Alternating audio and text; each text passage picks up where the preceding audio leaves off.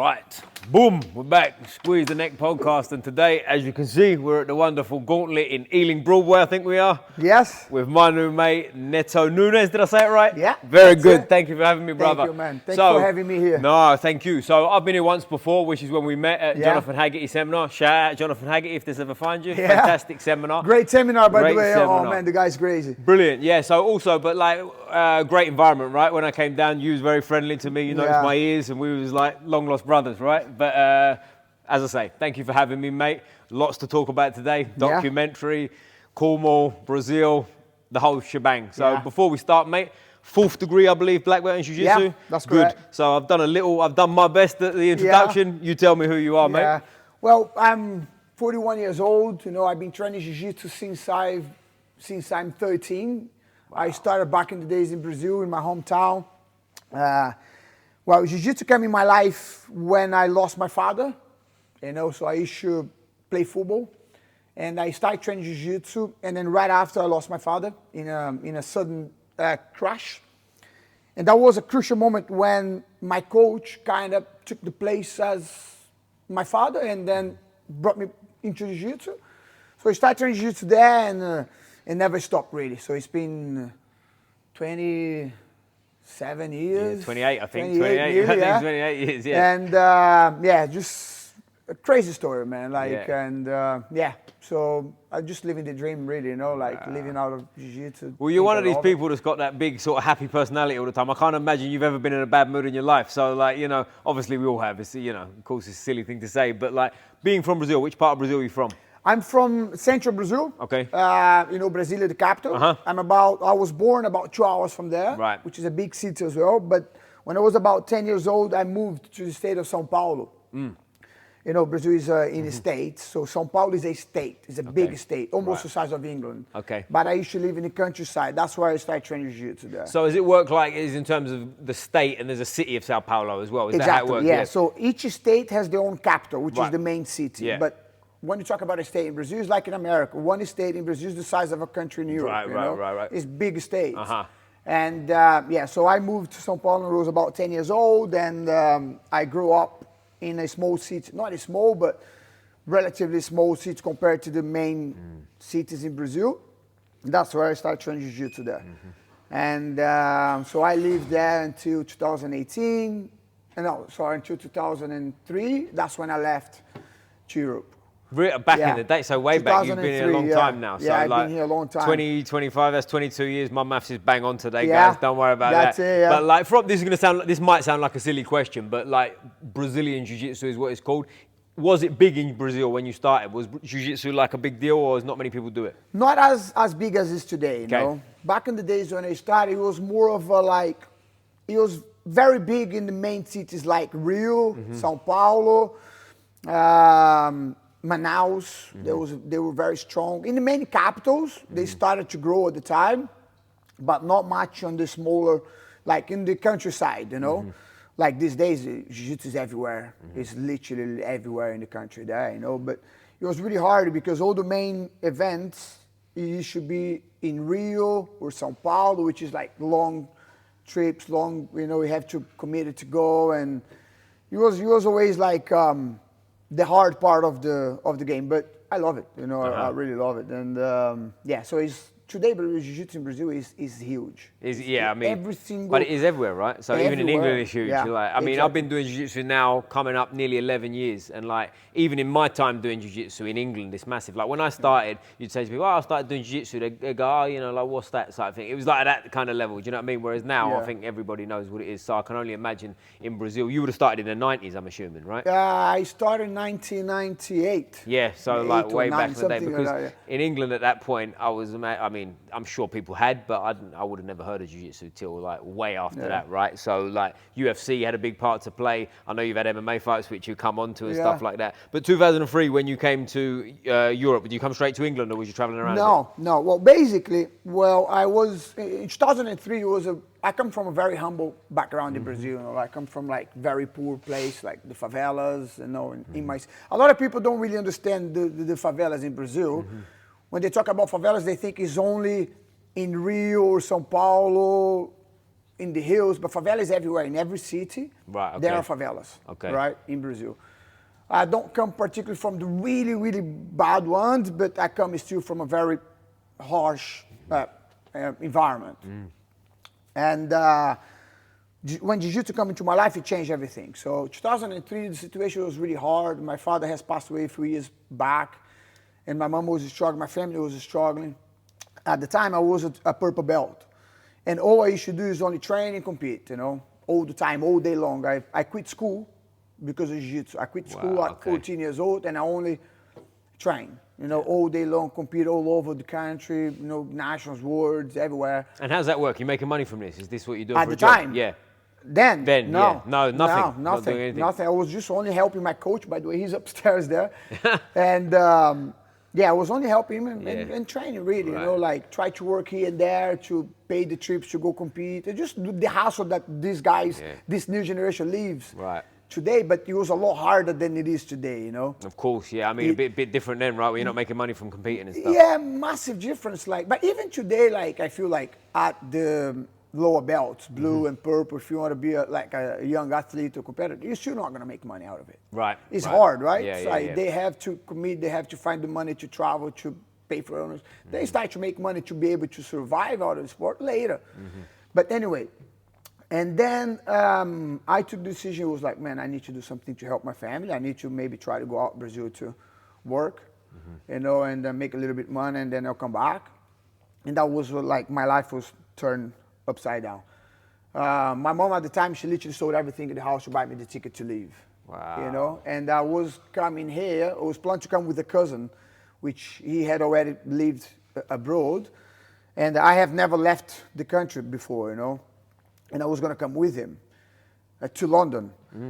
And like a week before, he came to me and said, I'm sorry, I'm not going anymore.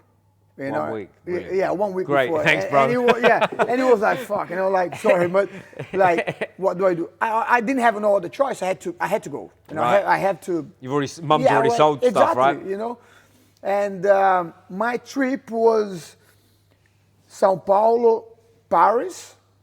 Then I stopped over in Paris for a couple of days, and then London via Eurotunnel. Right. Right. I had no idea how, and everyone was like, oh, immigration is a problem. You're going to, be careful when you go there, this and that. So I had a stopover in Paris, like pretending to be a tourist, And it was everything set up for me to arrive here, and then I had a job. My cousin, another cousin, she was like a travel agent person. She knew people here, which arranged for me a place to stay and work straight away. So it was everything kind of settled for me to come here. Okay, let's start to work, and boom, I get in Paris. And then when I went to get the train to London, have you ever got the train to London? Yeah, the immigration is there. Right. It's not here. Right. Yes, it's when you get on the train. Exactly. Yeah. So when I went to get through the immigration there, boom, I was banned. Ooh. So the immigration didn't allow me to come to London. Oh, right. And my return ticket back home was from London. Right? So you're stuck, yeah. I had 50 euros on my pocket, big suitcase, nothing else. Oof. I didn't know one single person in Paris. I barely speak Portuguese. 50 years, man, 18 years old, winter, December, As a Brazilian boy, used to the heat. Yeah. And I say, fuck, man, what am I gonna do now, and then the hustle started, like I become a homeless for nearly 5 months, living on the streets. 5 months, yeah, that's no joke. No, 18-year-old, no as a kid, really, innit? 18, man. Yeah, it still gives me goosebumps to remind me, Mate, give me goosebumps listening. And it was such a hassle, man. And back in the days, like I said, it was so much more difficult because we didn't have social media. We didn't have phones. Jiu-Jitsu at the time, like you talk about, when did you start Jiu-Jitsu? 2014. Yeah, and there was already not many as it is today. Imagine back in 2003, in Paris was 2 gyms, I think. Yeah, Right. And I couldn't find anywhere because I have no way to look for a place. I had no communication skills with anyone, and it was a real hassle. I had to, every day was like trying to get to a place where I could spend the night. Sometimes those how do they call what people, homeless people, they like a hostel type yeah thing. but that's there's associations like right, okay. If you get there on time and there's a queue, Right, they then you give can you a get place in, to stay. right. If And it then runs they out, feed you're you. just out, right. Exactly. Did you ever watch the film Pursuit of Happiness? Yes, with of Will course, Smith? Will Smith, yeah. You see Like that, of course, yeah. Man, every time I watch that film, it's like a background of my life in there. And I'll tell you what's strange about that, because you're 18, right? So you're a young man, but you're a kid, really, right? Yeah. Like, what's the situation? Do you ring home and tell mum, or is it a secret, right? No. That's what I'm thinking. I couldn't even, how would I call my mom? Yeah, right, of course. I couldn't even call my mom. Different times, yeah, you man. You know, like, back to call my mom back in the days, Card, you right? used to buy a card. A phone card, yeah. And then you scratch the pin. Yeah. Then you make you call, and then you had like 5 or 10 euros credit on the card, depending on how much. And then you could talk, Right, yeah? right. But how I'm gonna buy a card? I didn't have money. So I spoke with my mom like 2 months after I arrived. My mom was sick. She was depressed. She didn't know what's going on. It was hard. Have you got brothers and sisters back home at this point? Yeah, well, they're all here. My mom is here. I brought my whole family. But back then, would you have brothers and sisters still in Brazil? Yeah. So they're all worried about you. I was the oldest one. Right, I am the oldest one. So, and you're still only 18 then. So like, I was only 18 they're then, kids. yeah. They're real kids. Yeah, exactly. And well, anyway, and then the hassle started. During this time that I was in the streets, the only place that I could go then, which I found also just by mistake, walking in the street by luck, I found the Brazilian embassy in Paris. Mm. And then when I came there and then explained my situation, they were like, "Oh man, you're just one more person on the same situation. There's a lot of people like you here. You know, we can do nothing for you." And all they could do is keep my suitcase in there. So, Right. "Oh, the only thing we can do is keep your suitcase here for you." Mm. But there I met a guy, which he was on that situation already for 2 or 3 months in the streets already, you know. And he kind of knew already place to go and what to do, you know. So I stayed with him. So we were kind of together, you know, during this time. And I met a girl in the Brazilian embassy once. And I met an old woman, like a middle-aged woman, like 40, 50 years old. She was Portuguese, you know. And then one day I was in the Brazilian embassy. I met her and she said, "Look, there's a hotel outside Paris, which is a lot of immigrants like you, but there's a lot of Brazilians there. You ever heard of Formula One Hotel?" No. Formula One is part of the group Accor, and it's like a chain in there. So, but it's like the cheapest of the cheapest thing, you know. Like the toilets and stuff is all commute. Like you only have the bedroom, but everybody uses the same toilets and showers and stuff. But on that hotel, like there were like in a room like 10 guys together, 10 people together. 12, 15, like, man, like a room a little bit bigger than this space here, you know, like very small room. Everyone's all tight, Just not to be in the street, yeah. You know. So I went there, and the day I arrived, then I met someone, and the guy brought me to the room, me and this other guy who was there. We met them. It was about 15 people in the room. All Brazilians? All Brazilians. So you can speak now? Yeah, it was all Brazilians, yeah. And then boom, okay, you guys can stay here, you know, we explained the situation, you guys stay here then. But man, honestly, like, you were all sitting on the floor, sleeping on each other's shoulders like this, on the room. It's crazy. It's crazy. I have pictures, like, still from that time. And anyway, then I met a girl in the Brazilian embassy, and I told her, "Look, I'm looking for a Jiu Jitsu academy here, I'm a purple belt, you know, and I knew if I find a gym, I'll be okay." That's the start, right? Yeah, then you you know. start building, right? And one day I was at the hotel, this girl came back with an address of a gym, you know. First thing I did, boom, I went straight to the gym. Man, when I got there, I couldn't believe. Back in the days, I started training Jiu-Jitsu Nova União team in Brazil. You heard of them? Yeah, of course, yeah. Jose Aldo, Henna Exactly, yeah. And since all the way from white to brown belt, I've been Nova União my whole life. Man, when I walk into the gym, boom, what the logo I see? Nova União logo.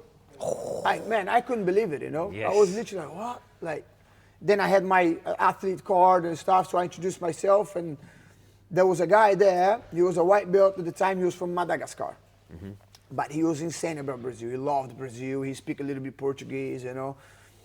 And boom, everything changed for me then, you know. And he took me out of the street, put him in his house.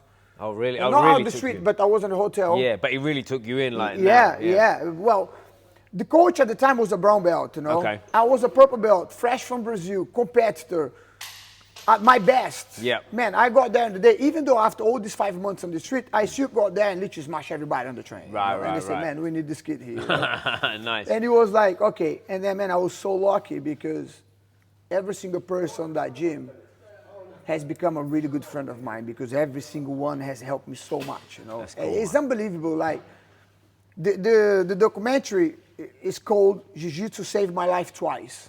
And that was the first time, you know, because that's cool. That's when my life changed and everything started to get better. So I started to meet people in the gym, and I met a guy who owned security company. And after 6 months, I was already talking and speaking a little bit of French, so I could communicate with people. And then that guy from the Madagascar guy from Madagascar, he found a job for me in a supermarket. So I usually stock stuff, you know. Right. And I worked in the supermarket for about 6 months. And then there was a guy in the gym at the time, he was a blue belt. He had a security company, so he then gave me a job as a security. So I started to work as a security in hotels. Okay. Like through the night and just like easy, not like security in nightclubs. Yeah, anything easy like work, that. lads. Yeah. And it was cool because, and then that was when, okay, now is my chance I need to work and help my mom a little bit, you know. That was when Jiu Jitsu, I couldn't compete and train as much as I was used to. So Jiu Jitsu became more of a hobby for me. I see. For a few years, you know. Yeah. Life kind of got on the way, and but I never stopped training. Right. Do you know what I mean? I always, like, whenever I could, I go and train. I just stopped. It wasn't anymore as I wanted to be. Wasn't every day. He wasn't. It wasn't no. And then wasn't competing anymore. You know, like, and that was something that I always like. Man, I need to come back. I need to come back. I need to come back. You know, but it was always something, and the situation was really hard. I had to work, and. In 2006, and then I was already like, after a couple of years, 3 years in Paris, my life was good, you know, I managed to get sorted my life in there, and I was okay then. I was training Jiu-Jitsu a little bit more, and I came to spend a weekend in London to visit my cousin, the same cousin who didn't come with me. He then after, he then came, him and his brother. And I come to visit them on weekend. And then on that weekend, I met my previous wife. And then 2 months after, she became pregnant. Oh, wow. Okay. And then when my son was born, I left everything in Paris and moved to London. And start from new again, from zero again. Oh, man. You know, and that was back in 2007. And it was, for me, it was like, man, I don't want to be away from my son. You know, the relationship was still very new. I didn't know what was going to happen, but I wanted to be closer, you know. And then I left everything in Paris and boom, moved to London and start again from zero, you know, like knew nobody here, and they speak no English at the time. Really? Because your English now, like sitting here, is perfect. Right? I know it's a long time ago, but like you had nothing when you came. Nothing. Damn. Nothing. Not even, I could barely say good morning, you know. Really, yeah. Yeah. I'm sure it's better than my Portuguese is now, bro. A little bit, I guess. And and then it started again. Then I was training Jiu-Jitsu here a little bit here and there. I went to train in Roger Gracie for a while. Cool, yeah. I was already a black belt. So, by the way, I got my black belt back in 2009 in Paris. Right. Yeah, but not from the coach in Paris, from my same coach. Yeah.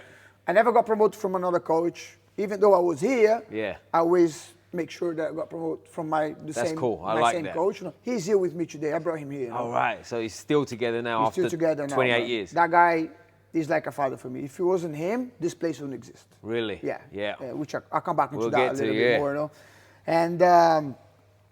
And then I moved to London, started to work here, security here and there, you know. My son was born in 2007. Then I started to work, saving money. 2009, I went on holiday to Brazil with my family, And is this the first time you've been back since you left? No, I've been back then in 2006. Okay, cool. Yeah, and then I went back another couple of times. Yeah. So your family know you're okay. Your mum's not worried. Oh yeah. It was okay. And then I came back to Brazil for a holiday with my family, and I had this thing with my father was a truck driver, and that's how he passed away, in a truck crash on the road. Whilst working. And I always have this, you know, I used to travel with my dad since I was born in the truck, you know, and then I had this dream when he was alive, one day I'm going to be a truck driver like you know. I loved it, you know. And my dad always had a dream that he never owned his own truck. Right. Okay. You know? And then when I was there on holiday, I met one of his friends. And turns out his friend was also a truck driver. And then I knew him since I spoke when he was selling a truck. And then I got this crazy thing, I'm going to buy the truck because of my father, you know, I'm going to open a company here for him, a haulage company, this and that. And I was only, 23 years old, you know. Boom, I got this truck. And a few months after I got a second truck, I make a credit in the bank, and I got into that, you know. That's when my life started to turn upside down again, because I started to do back and forth trips. I used to stay 6 months in London with my family, go to Brazil, stay 6 months there, working in the company, trying to get the company going. And then I bought third truck, and every time that I used to come back here, I used to leave the trucks in other people's hands. So it was never like, you know. And then with the years, everything started to go downhill. I started to lose everything. I got divorced. Me and my ex-wife, we broke up. She came back to London with my son. And then I found myself in Brazil driving a truck and becoming a truck driver. After all this hassle, after the years, and then I was literally like doing 3,000-4,000 kilometers trips. Oh, yeah, okay. Like so you're proper, in a truck like all day. In a double trailer lorry. Yeah. Like, you know, and I was, you know, taking pills to stay awake and drive through the night, and like hard life, you know. But I still had my gear in the truck. And then I used to stop in cities and train, you know, visit every city that I used to stop. I used to go and find a gym and train, you know. Jiu Jitsu has never left me, you know. And how is that in Brazil? Is it similar to how like we are modern day, like in Europe and stuff, where you can just go to a gym, turn up, and everyone sort of embraces you and lets you train? Yeah. Well, back in the days, like we talk about like in the 2000s, early 2000s, 90s. It wasn't like that. Because that's my image I have in my brain is a bit sort of like separated. Yeah, no, it wasn't like that. It was like you go to another gym, you're a crunch, and you don't come back anymore. Right? It was hard, you know, like it was really old school mentality then. But at 2010, between 10, 12, that was already, things has changed already. Right, I got you. People was a lot more open-minded. Well, anyway, 2014, I ended up losing everything again. Okay. My trucks. The bank took the truck away because I couldn't pay. I had to call my mother that was living here to buy me a ticket so I could come back to London. Wow. And that is 2014. And during this time, for the last 2 years before that, every time that I used to come to London and stay like 3, 4, 5 months, 6 months, I was only training here. I see. You know, so this was like almost like a long holiday. Yeah, like it was, my family was here. I should come here to stay with my son, and the church were running in Brazil, and I was training here. And that was when my coach then joined Checkmate. That's when I joined Fight Factory with Machine. I've been up there, I trained some wrestling. Yeah, and he said, well, I didn't know anybody here other than Roger, but Roger was a bit further out of my way. I couldn't go there anymore.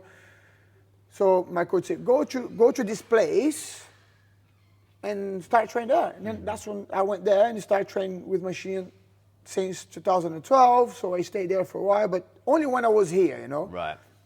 2014, I came back when I lost everything. My mom got my ticket. I arrived back in London. I was nearly 30 years old. My son was 6 years old. And man, I look, and then I stopped and I said, what am I going to do in my life now, you know? I have no education, like academically speaking. All I know is driving a truck, like labor stuff, or I have jiu-jitsu. You know, I knew then that I wasn't like, my jiu-jitsu wasn't a top game anymore because it was a hobby at the time for these years. But I knew like there was always something that I knew if I would come back, I would do okay, you know. That's when I decided to abandon everything else and get back to jiu-jitsu full time. At 30 years old, you know. Brave, isn't it? Kid and stuff. You got to make money now. Everybody was like, "You're crazy." Especially in London, right? It ain't cheap here. You know, you're crazy. Like you got a son to look after. My mom, bless her, it's not like she's an old lady. She doesn't really understand, you know, like for her, it's like going to the gym. Oh, you go to the gym, you know, Right. Leave this gym, man. Go and find a work. You got to look after your son, you know. And bless her, she had no idea what I had in mind, you know. Man, Then I start training. Then I go back to competitions, and I start compete again. Imagine, like, since a purple belt, I didn't compete, and I came back straight into black belt. It was hard, man, but I started to do okay, you know. I started to win competitions. I started to compete a lot, IBGF. I become a referee for IBGF, AGP, UAE at the time, you know, and I started to referee them, and I really got into it, you know. And I started to love it. I started, man, you know, and I used to work teaching, trying to find a place to teach during the week, and then work as a referee on the weekends to make a little bit of money and compete in IBGF, because as a referee, you compete for free. Right, so that's you know, good, yeah. Yeah, and then after a while, I step up as one of the main referees in IBGF, which they then start to pay my trips. They pay my trips, they pay my hotel, they pay me my wages, and I compete for free. Right. Now It was perfect life, you know. So, oh man, amazing, you know. And then I met my wife, my actual wife now, in end of 2014. So we moved together in 15. And she was the one hanging up everything for me, you know, like she was covering the bills at home, which I could be in Jiu Jitsu. And I said, okay, my mindset was always like, I need to get back to competing for myself a little bit, to get back into the Jiu Jitsu scene. But my idea was always, as soon as possible, find a place to teach and open my own place. Yeah, right. You know, I didn't want to wait any time. And where are you teaching back then? Are you just teaching here, there, and everywhere? I started to teach. I taught for a while in Machines Gym, but only the kids class. Right. Then after that, I found a place in South London, and I found a place in Newmarket, which is near Cambridge. And I was like a little bit everywhere, you know. Yeah. And it wasn't really working. I said, man, it's not working like that. I need to find a place where I can stay there. And this area, Ealing, West Ealing, I've always lived around here. Right, okay. My son lives 2 blocks away from here. Okay. He's still at the same place where he lived since 2009. All right, I see, nice. And I always wanted to be around here because at the time, there wasn't many gyms around here. Right. You know, it was Roger Gracie, and Roger Gracie was the one that was the biggest one in West London at the time. And Carson Gracie. Right. But they were more like central, like more Shepherd's Bush area. Yeah, kind of right. thing, you know? Right. And my dream was always to be around here, you know? So I found a place just 5 minutes from here, which was a ballet school. A very small room, maybe 5 by 5. That was all I could afford. You know, I could afford to pay 4 days a week, 1 hour a day. So I took the place. I put the mats down every day, I take them out. That's how I started. It's funny, right? In a ballet school, you've got all these jiu-jitsu animals coming in while they're doing exactly, ballet. Yeah. And it was literally like 2 minutes from my son's house. Nice, so it's perfect. Yeah. And next to it, there was, not right next, but like 2 blocks away, there was a supplement shop that I knew the guy who used to work there. And I always told him, say, look, one day I'm going to open a gym here. One day I'm going to do something around here. And he was always like a Polish guy. He trains with me until today, you know. All right. Yeah. Was he into martial arts then? Or he was always like, you know, Polish people. Of course, they love a tear up, man. Yeah. They love it. And they say, hey, yeah, do it. No, I help you out. I bring people to train with you, blah, blah, blah. Okay. And it's okay. When I got the ballet school, man, he brought 20 guys straight away. Perfect. Look at, man, I got goosebumps when I remember. Mate, me too, like, stop it. Yeah. And he brought 20 guys, and then we couldn't put anybody in there. And I said, man, I don't have space here. Too many, yeah, right. And we stayed there for 3 months. And then I found a basement of a pizzeria. Whoa. 2 blocks away.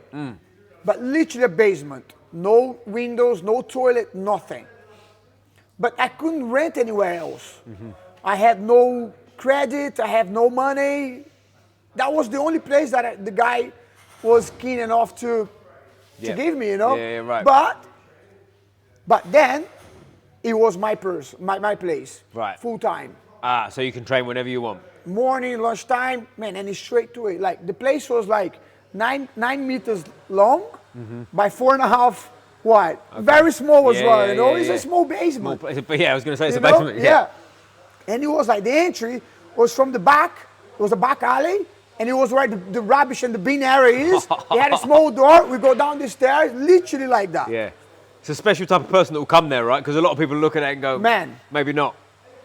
1 year there. Wow. I was teaching morning, lunchtime, kids, evening. I put Muay Thai in there.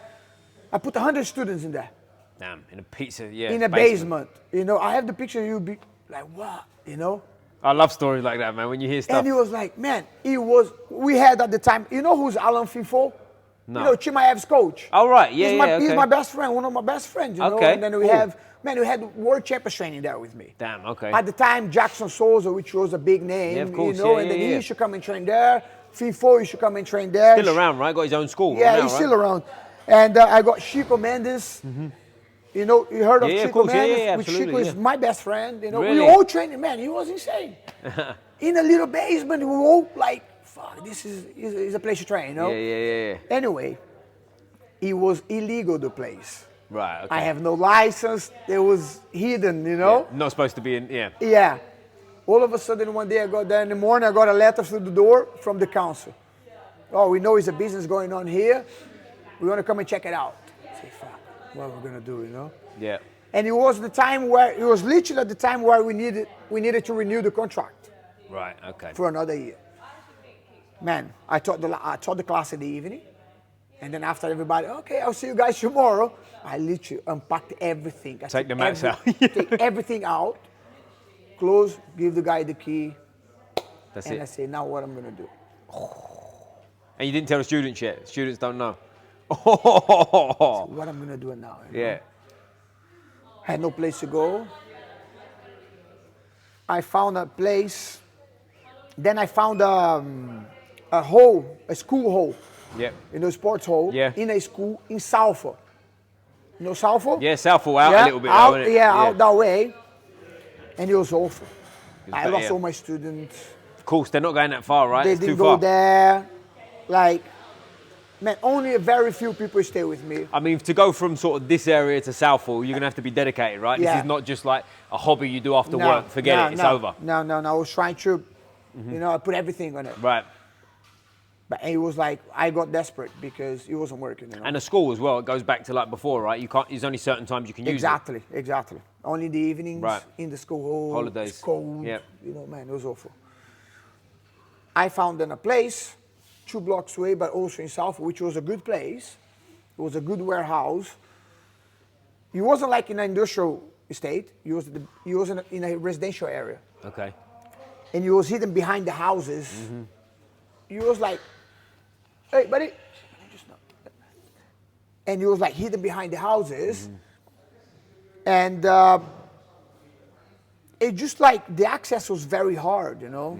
Yeah, There was one of them places you don't know where it is, sort of thing, exactly. yeah. There was no parking, no public transport. That but- kills you, doesn't it? Yeah. Yeah, but I had no choice. Yeah, That right, you was- gotta do I what you had gotta to do. get it, Yeah. you know.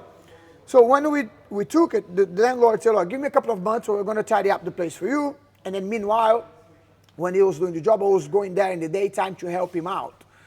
In the ceiling, there was those skylights kind of thing, so the light go through, you know. So I was on top of it, jet washing to get all the, you know, all the green stuff that get Moss, moss and stuff.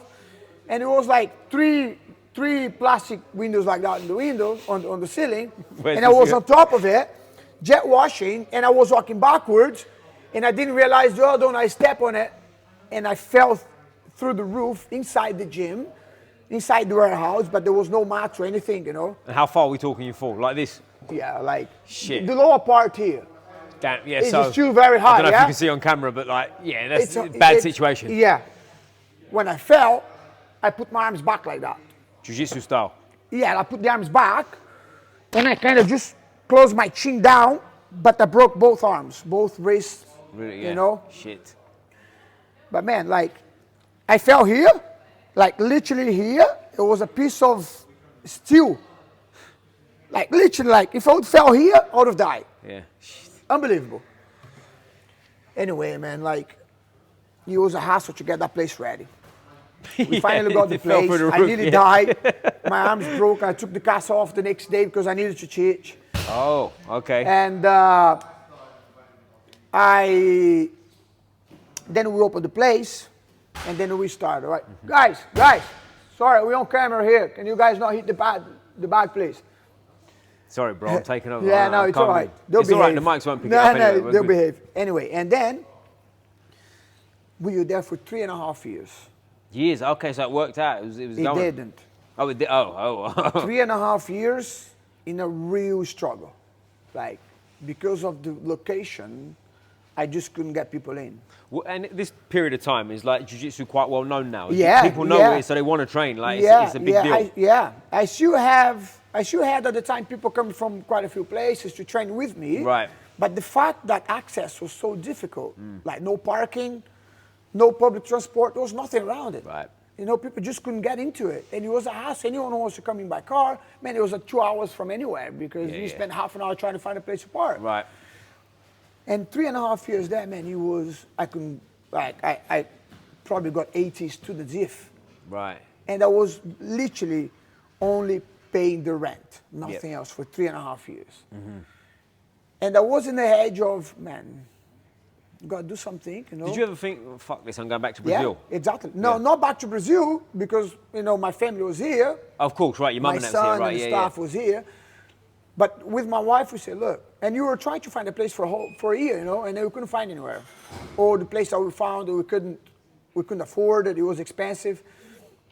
Then literally, like I told her, I said, look, if you don't find anywhere by the end of the year, we close down and I'll go find a job, you know, I'll give up. Like, I was tired, mentally tired and drained out, and it just 3.5 years in that situation, it was hard, man. It's a long time, isn't it? You know? Jesus Christ. And then my son was growing and I needed to do something.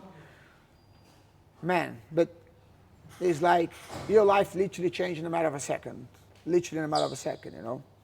During the last year that we were there, I found so many places to try to find a place to rent. Or nobody never gave us the opportunity, you know. And we didn't have the money, we didn't have the credits enough to do it. One day I was leaving the gym, my phone rings, a state agent called me. Say, hi, Mr. De Santos, are you still looking for a place to rent and this and that? I say, yeah, we are. So we got your number here, you called us about a year ago. A year ago. They still kept my number, man. Unbelievable. There's a place that just come up, it's not even in the market yet, in Ealing. And I was like, wow, Ealing, man, it's my dream place to be, you know. And in my mind was, let's go and see it. But I wasn't like, nah, man, it's not gonna work. We came, me and my wife. When you were arriving here, there's a car park. Did you see the multi-story car park? Yeah, I parked there last time, yeah. Did you see, there's a board in there that says Jiu Jitsu, Taekwondo, MMA. Did you see it? Yeah, of course, yeah. Yeah, there's a gym in there. Oh, it's a different gym, right? Yeah, There's a gym in there, oh. but they don't do Jiu Jitsu or anything. They put it there, but they never had it. It's only a Taekwondo school. Right, okay. You know? When I was parking, I look into that, and I called my wife, she said, look, let's go, because there's a gym here already. I'm not going to open a gym next to the guy. You know, My wife, no, we're here, let's go and see her. You know, we're here already. I said, okay. When you go here, and you start to go down the ramp here, and the state agent was on the door, when you open the place, you know, when you look at places here, and then you have a deep breath, you say, man, that is my dream place. Wow, yeah, you know? Exactly. Here, there was another, you see that building there? There was another building here. Oh, I see, okay. There was another, we had to break everything down here, you know? Right. It was another, anyway. I looked at my wife and said, yeah, but forget about it. We're never going to be able to rent this place here. Never. But man, when it's meant to be yours, it's yours, you know? What was in it before? It was a filming studio. Oh, okay. You know, they have Ealing studio here. They do films. Right. So it was another film studio. Wow. And it was like that part there was almost everything as it is now already. Yeah, nice. And we look around, and then I literally told my whole story to the estate agent, you know. I told him everything. Yeah. So let's wait and see, you know. And then as I was walking out, me and my wife, there was another guy already coming in to see the place as well. Guess who was the guy? It was a representative of Halford's. Oh, wow. Okay, Yeah, yeah. So Halford. you got some competition. Yeah, Halford's wanted the pace, you know. And I say, man, forget about it, you know, like, forget about it. Ah, man, like half an hour later, my phone rings. And this day they just say, are you free tomorrow? The landlord wants to meet you. Say, okay, I'll be there tomorrow. We came with my wife. I arrive here. There's a car parked in the drive. And I look at this guy, you know, he's got like trousers like this, all dirt of paint. And I look, and I told my wife, it's not him, it must be someone else, you know. Like the guy looked like, you know, like a labor guy. Yeah. And then he introduced himself. I said, oh, okay. But for me, it was like everything really weird. I said, man, this guy is not the owner here. Impossible, you know. We started to talk, and the guy was about my age. Really extremely nice person. Love it. We're friends now. We started to talk, man. He owned the whole block. Pretty much, he owned the whole block here. Okay. All this flat, everything, you know. And again, I told him everything. My whole story. Man, he go like this, you know, he go like this. Yeah. The place is yours. Oof. Man, look at this. Damn. Like, look. Yeah, I can see. It's You know, real goosebumps. It's like, the place is yours. I say, what? Yeah, the place is yours. Wow. You take it. That's cool, isn't it? Yeah, I say, man. And it wasn't like, now it comes the second challenge of it. It didn't depend on him only. It didn't depend on him only saying it's yours, but there's a lot that goes on the background that it needs to work for me to be able to get the place, right? So well, I needed the money to set the place up. I needed, when the moment that I needed to give notice on the previous place, I had 3 months notice, but I have to start paying rent here straight away, so paying rent both places. It was a lot, you know? So I can't. Like, I understand your, you know, that you want to help, but I can't do it.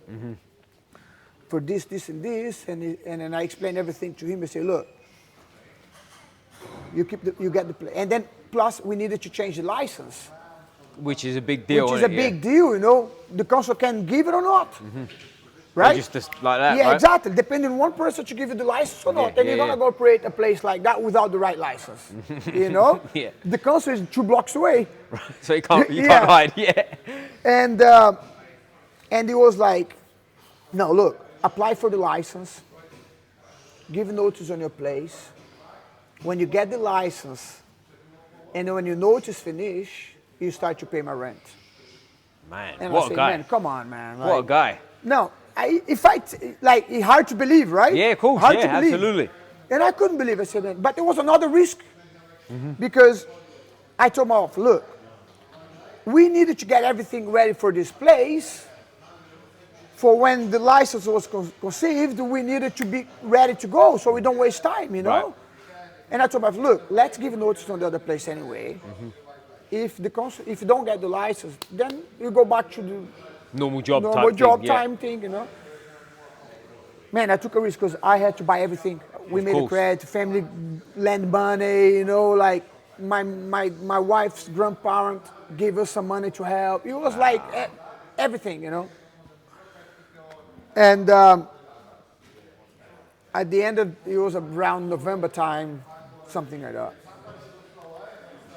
There was one lady. Yeah, imagine I bought everything, I get everything ready, and that woman in the council say no. Then what? I'll lose everything that you know? Man, it was like such a stress time. And then we got an email from her saying, oh, I'll give you an answer tomorrow. Okay, so we were like excited to, you know, to hear the license. Man, the next day my wife sent a message and said, could you please let us know, Nemo? And then you got an automatic response back, say, oh, I'm on holiday, I'll be back in 30 days. 30 days. Man, yo, come on, man. It was like, honestly, come on, man. Like, all she needed to do is just send an email and say yes or no, you know? Your whole life's hanging in 30 days. Exactly, you know? And I think like she must have got into her emails while she was on holiday. Right. And then boom, one day I was in the old gym cleaning the mats on the previous gym in Southall. Southall, yeah. And my wife called me straight away. And then, you know, by her voice, when somebody call you, you can distinguish straight away if they're happy or sad, you know. Yeah. I knew it. My wife was literally like, you know, man, the council give the license with literally no exceptions. Wow. Everything you wanted. You know, man, it was like. How's that? Was that like emotional when you hear this? I sat on the mat and I started to cry. Yeah. You know, honestly, like it was a moment that one of those moments that you never forget in life. Of course, yeah. And guess when was that? December 2020. Ooh. When did COVID hit? Great timing. Jesus We Christ. opened the gym 2 months after the gym is open. So 2019 it must have been, because Yeah, 2020 sorry, when it shut down. December 2019. So just 2 months later, the whole world goes into meltdown. Boom, man, Fuck. COVID. Never easy for you, huh? And it was like, what we're gonna do, you know, man. Yeah. I couldn't believe it. I literally couldn't. I think like back then, when COVID hit, if they would have said, oh, you're gonna be closed for 6 months, because the initial was 6 weeks. Yeah. And then it was. every 6 weeks and 6 weeks, remember? I think a very first it was 2 weeks, wasn't it? Then Yeah, it did 2 2 weeks, yeah, exactly, then yeah. 6 Yeah, weeks, yeah, and then exactly, on and on and on. And then it turns out that we were closed for the first time for 6 months. Fuck's sake, yeah. But to be fair, man, like it was, you know, it was one of the best times of my life. Really? Because we had some amazing people that helped us in the gym and carried on with the support. That's what you get in communities like this. People band together, don't Do they? you know what I mean? And it was amazing. Like, and I have to say, like, the government it really helped. Man, the landlord, he said no rent for the whole year. Fuck, this guy's like the best guy in the world, right? And, Jesus. and then once we reopened, he said you start to pay half of the rent. Man, And what a then guy. Man, like, I can't, look, we're friends now. He gets a free membership. And we just renewed the contract now for another 12 years. Yes. You know, with him. And it was this COVID time, but then when you go back to normal, everything was, and then it was like incredibly amazing, you know. Yeah, like, right.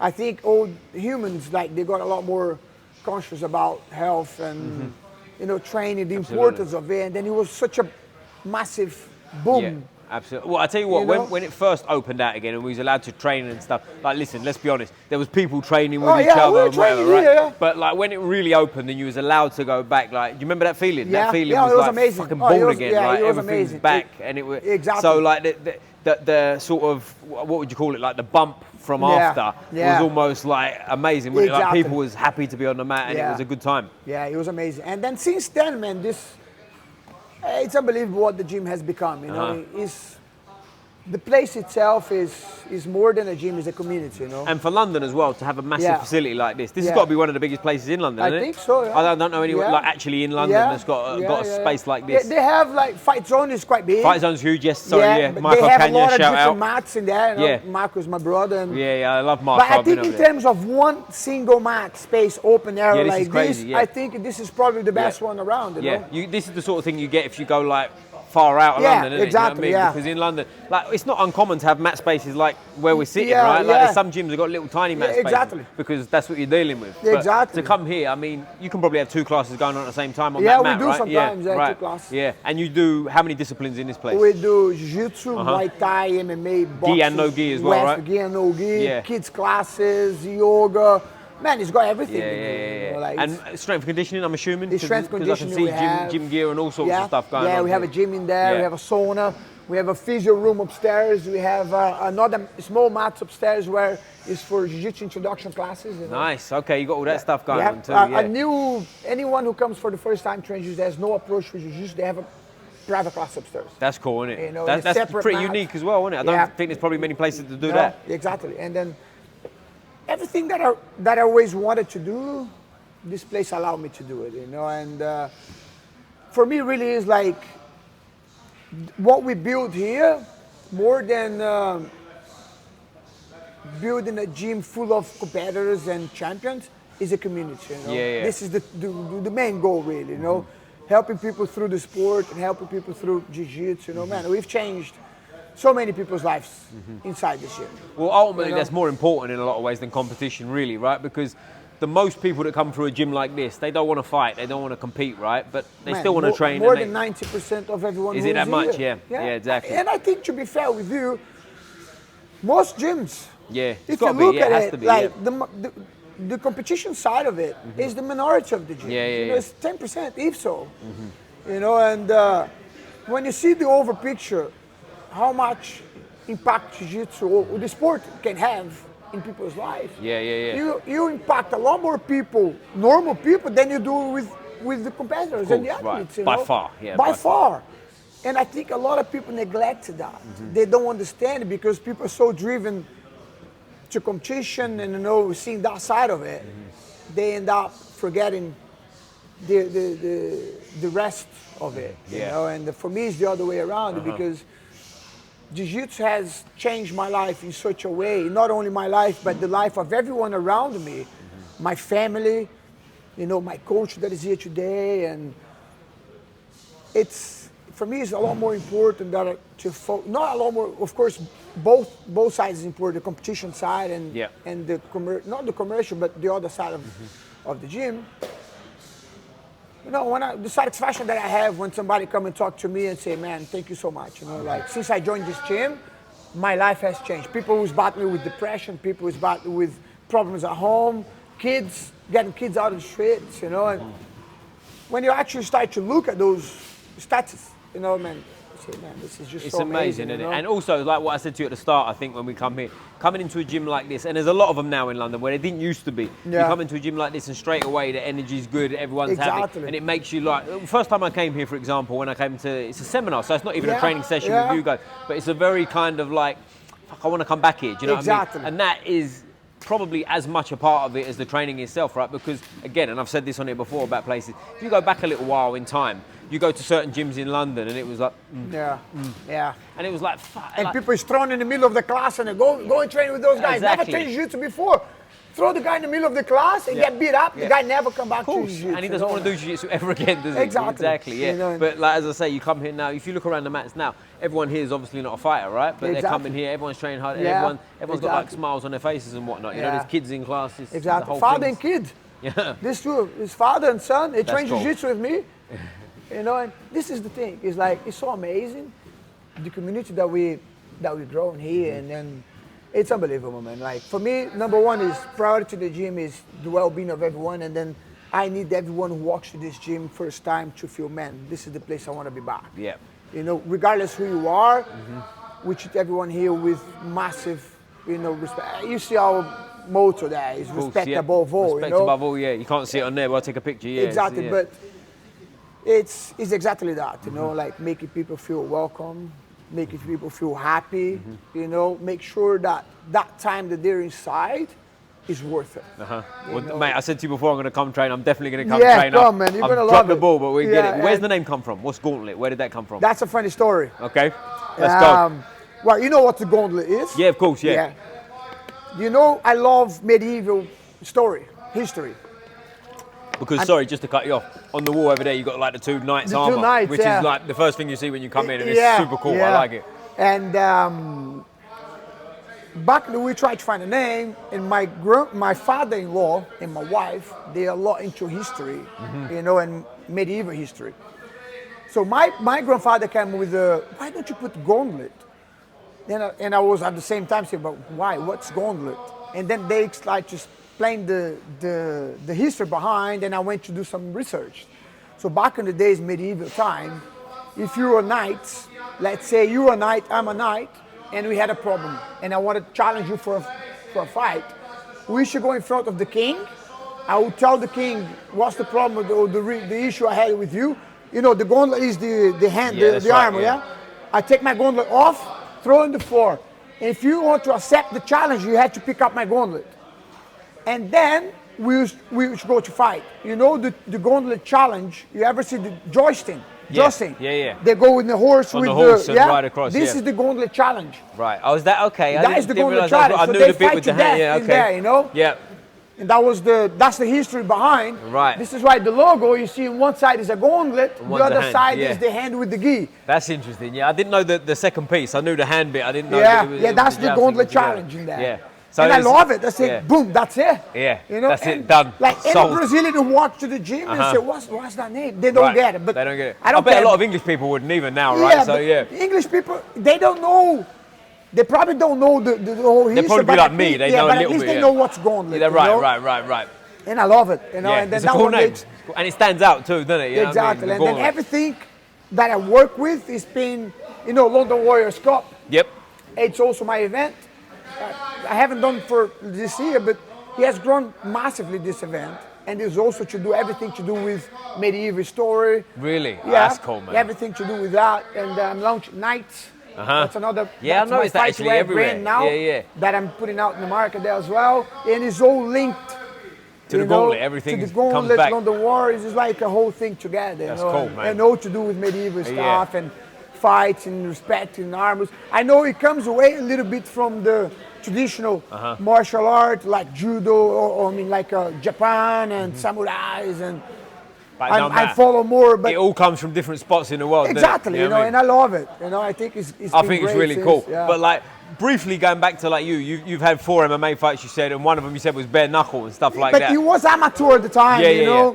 and it was like I was training jiu-jitsu a lot, and I have a guy in the gym which he was part of the. He was an MMA fighter. He wasn't anybody famous. And this is back in Brazil, right? Back in Yeah. Brazil, and as a kid, you say, back in the day, MMA was more like, I'm gonna fight this guy from boxing. Or I'm gonna face this taekwondo guy. It wasn't like not everybody should train everything like they do. There was today. no real MMA fighters, right? Yeah, unless you're a professional. Yeah. So it was always like, let's go and then see if you can this boxing guy there and an amateur like in the ring and stuff. So okay, let's go. I was always super confident in my jiu-jitsu. And it was that. It was more like it was nothing like an event or it was like a purely amateur thing. Yeah. Until the last fight, which was no gloves, only ran up in a ring. But then I faced a guy from Muay Thai, but he also trained Jiu-Jitsu. Oh, now it's a problem, right? And that was a problem because I say, man, and I got beat, man. I got beat bad, And, oh, really? Yeah. And that was just before I left. Right, okay. It was in the same year, like a few months before I left Brazil. Yeah. I reckon, like, my mindset was already going towards MMA because when I was in Brazil training, I used to travel a lot to Rio, and I used to live in the gym in Rio. Which is how far from you? Is this a big trip? Is it? From my city at the time, it was like 700 kilometers from here to Scotland. Oh shit! Kinda. So yeah, fuck yeah. I was gonna say far. And but the gym that I used to train there and I used to live, it was people who was on the mats with me: Jose Aldo, Babalu, Pedro Rizzo. Wow. All these old school MMA guys, Yeah. Legends of the game. André Perdeneiro was the coach, Jose Aldo's coach. Cool. Yeah. Pederneiras, Yeah, exactly. I got promoted from him, from blue and purple belt with my coach in Rio. That's cool. And he was like, I was already like, man, I want to get into MMA, I want to get into MMA. And I reckon like if I would have stayed in Brazil, I would have become a professional. I don't know, anything could have happened, but that was the idea already, and I was only 18 at the time, Yeah.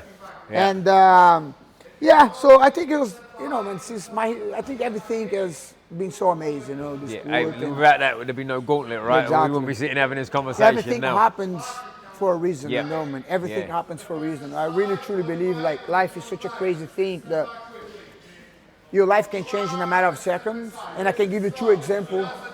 Now was when I came to London to visit my cousins on that weekend. I told you I was living in Paris. Man, there's some of these things that it happens in your life and you never forget. We were out on the weekend trying to go to a nightclub or a pub or something. We went South London somewhere like Elephant Castle, somewhere in that area there. And we stand in front of 2 pubs, 2 bars where we go, where there's more girls. And we didn't know where to go in, Literally 2 bars next to each other. And so let's go here, Boom, we walking inside. Who did I meet? My son's wife. My son's mother, my ex-wife. What if I would have walked Crazy, on the other pub? Yeah. Where would I Everything be now? The whole life changes, isn't it? Do you know what I mean? You wouldn't have been so stuck with Ealing, right? No, So- I wouldn't be in London. Right. Remember, I was living in Paris. I was on a weekend here. Sorry, yeah, you wouldn't even come. My whole life changed on that second that I chose left instead of right. Exactly. Unbelievable. Unbelievable. Yeah. And it's like one of those things that, you know, you say, man, life is crazy. It is crazy. You it's take crazy. some decisions sometimes that you don't know what you're doing, and you don't know the impact that that's going to have in your life or in the people's life around you. Look at this now, based on that. By every little fraction. tiny decision brings us to this. Yeah, with this place now, like you have loads of seminars. Again, going back, that's how we originally met. Like you know loads of people. I know, of course, Jiu-Jitsu, everyone's going to know someone, right? But this place is big on seminars, I think, right? And you have quite a lot of seminars going on in this place. We do. We like to, you know, I think Jiu-Jitsu is, you need to have not Jiu-Jitsu only, but sport, I think, bring these people to train with us, man. It's learning from those guys is just so amazing, and giving the opportunity to our students to train and learn from legends. Because another thing as well, which I feel like over the last maybe 3 or 4 years since the pandemic, really, seminars have changed for the better. Like, I'm sure you know, we've all been to seminars before, you know, where they're 3 hours long, and after half an hour, you're like, they just like, it's like being at school, innit? Whereas now you come to a seminar and it's like boom, boom, boom. A lot more you're dynamic, engaged the whole time. Yeah. Everything makes sense. You're having fun. It's not just like reading off a script. And like, again, going back, I know it's Muay Thai, it's not Jiu-Jitsu, but when Jonathan Haggerty came down, like that was one, like when it's over, you're like, when's the next one? Do you know what I mean? And definitely. I think seminars now, especially in places like this that have got that kind of environment, they're huge. We had some amazing people here. You know, we had Anderson Silva. Anderson Silva was in here. We had Anderson Silva, we had Damian Maia, we had Haggerty, we had the other one, Nico Carrillo, Muay Thai, he was here as well. Wow, okay. We had, and then Jiu-Jitsu, man, we had so many people around here. We had Caio Terra, we had Mickey Musumeci, we had... Really? Shit. The first seminar that we did here, the opening of the gym, it was Caio and Mickey. It was the last seminar they did together before they split. Caio Terra and Mickey Musumeci. Serious. And we did the seminar in order to raise money. You know Sam Crook? Who? Sam Crook. Cook, yeah. You know, he was teaching in Cameroon for a long time. Yeah, right. And he was there at the time, so we did the seminar, and in order to raise money to send to the foundation, our opening seminar with Caio and Mickey. Damn, I didn't know that. Yeah, it was that. We used the seminar, and then we did another seminar with all the checkmate coaches to raise money to send as well. Well, man, I'll tell you what now, I'll say this on camera so I can't back out of it. Anytime there's a seminar, I'm going to be here well, as much as I can. there is Adam Vardzynski now in September. Brilliant. There you go. September's when I'm back. How about that? You'll be here. But listen, man, I really appreciate this. This has been a fantastic one. I hope you guys finish, enjoy it. this was great, mate. Before we finish, it's the most important question of the day. Which football team you support? I'm not much into football Chelsea, here, very good. Well done. Thank you for coming. Valeu. My Thank brother. You, brother. Appreciate it. I always finish with a fist up Thank like you, this, guys. mate. Squeeze the neck. Boom.